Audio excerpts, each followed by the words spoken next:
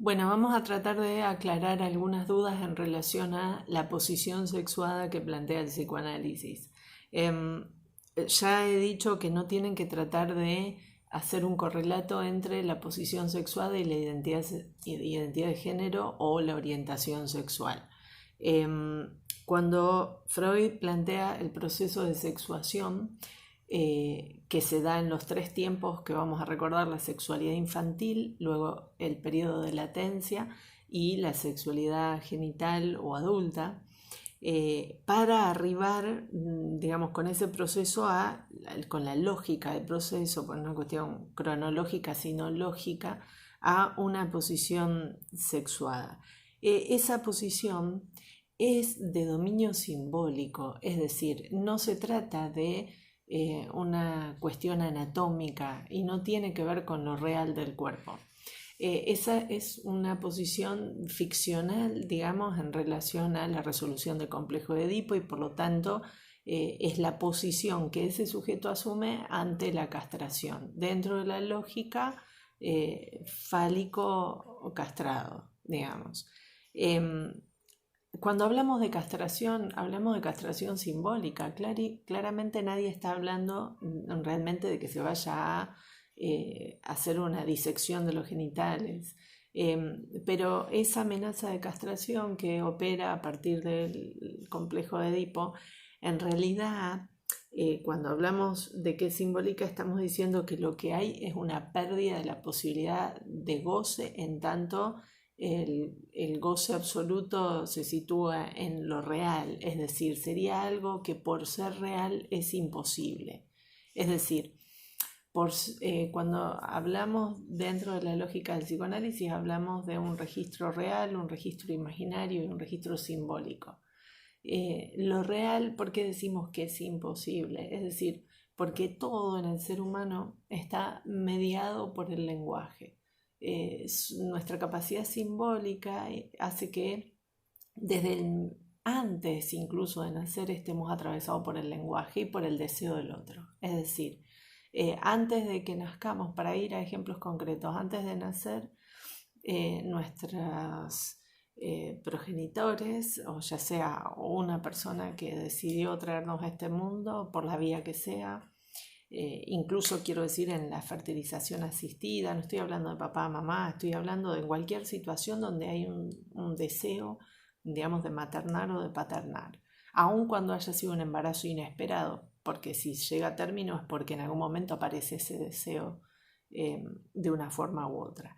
Entonces, ese deseo hace que ya vayamos discursivamente incluyendo a ese bebé futuro con un nombre o con el imaginario, la proyección, digamos, de cómo va a ser, de qué es lo que esperamos para esa criatura, cómo lo nombramos o la nombramos o le nombramos desde incluso antes que nacer. Entonces, ¿qué quiere decir? Que ya estamos metidos en el lenguaje antes de haber salido al mundo.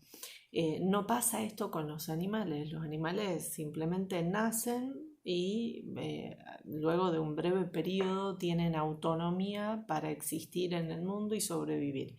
El ser humano tiene una indefensión desde el momento en que nace, en la cual hace que sin un otro no pueda sobrevivir, y sin un otro que de alguna manera amorosamente lo tiene que desear que viva, que exista, porque si no, no hay cuidado, si no hay un mínimo acto de amor, la cría humana no sobrevive. Entonces, en ese cuidado ya nos incluyen en el discurso. ¿Por qué decimos que la castración es simbólica y que lo que deja de lado es lo real como imposible?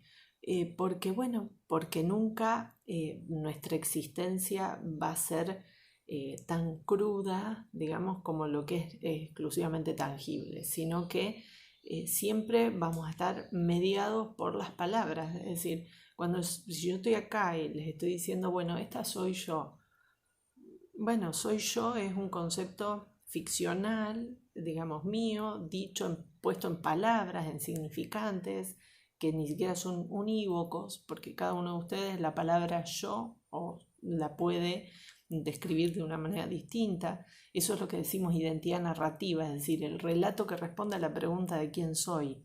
Es decir, nunca es vengo yo y soy todo cuerpo, todo real, todo tangible, sino que siempre venimos mediados por las palabras. Lo cual hace que sea inagotable, porque las palabras no son unívocas. Cualquier cosa que yo les diga a ustedes, cualquier significante, digamos, no va a tener un mismo significado para cada uno. Estoy segura que quienes están viendo este video, si yo les digo mesa, cada uno va a visualizar y va a reactualizar emociones distintas en torno a la palabra mesa. Sin embargo, es un mismo significante, pero jamás ese significante va a poder abarcar a todos los múltiples significados que puedan existir en relación a esa palabra. Entonces eso hace que sea imposible aprender o acceder a lo real a partir de lo simbólico.